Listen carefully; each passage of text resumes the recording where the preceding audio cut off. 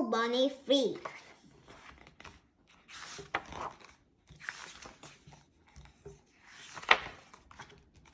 One day, not so long ago, Tracy took a big trip with her family. They were on their way to visit Trixie's Oma and Opa in Holland. Holland is far away.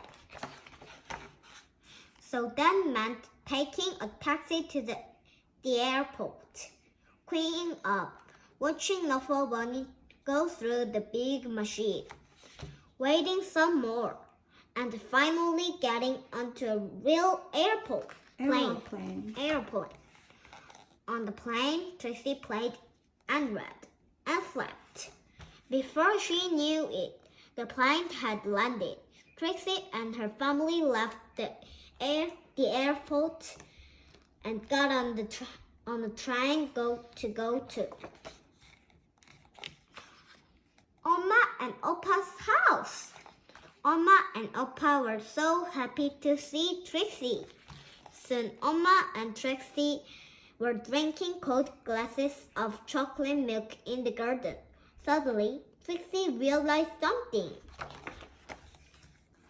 Trixie didn't tell her daddy that Knuffle Bunny was gone. She didn't have to.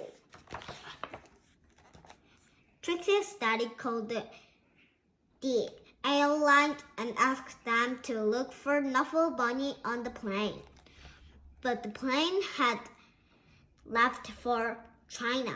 China is very far away.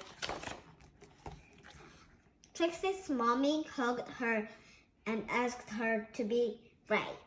Trixie's daddy told the story of when he was a little boy and said goodbye to his special lamby.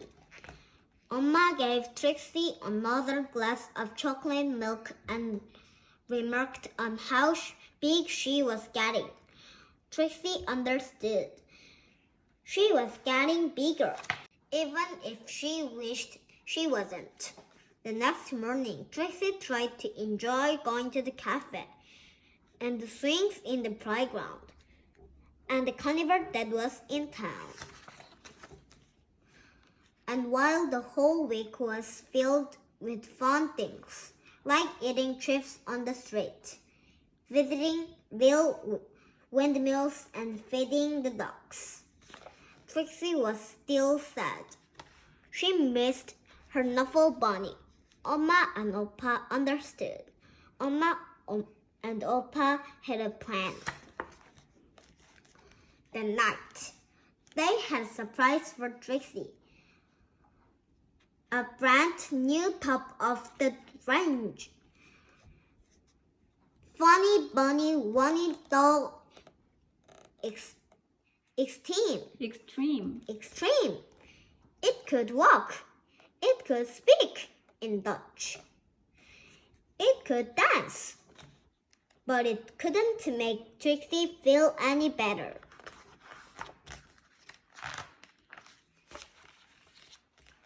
Trixie was sure that she wouldn't be able to sleep another night in a strange bed without her Knuffle Bunny. But before she knew it, she was dreaming. She dreamed of Knuffle Bunny and the places he would visit. She dreamed of all the children Knuffle Bunny would meet. She dreamed of how Knuffle Bunny would make them feel better. The next morning, Trixie felt better.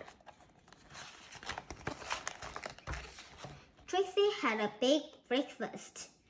She played with Oma on the playground swings. She even tried a sip of Opa's coffee at the cafe. It was a great day. Before she knew it, the trip was over and it was time to go home. Trixie hugged Oma and Opa as hard as she could. Then Trixie and her family got back onto the train and back onto the plane. Wow! and listened to the crying baby as the plane lifted off.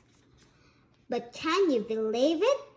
Right there, on that very plane, Trixie noticed something. Knuffle Bunny! Trixie was so happy to have Knuffle Bunny back in her arms. Wow!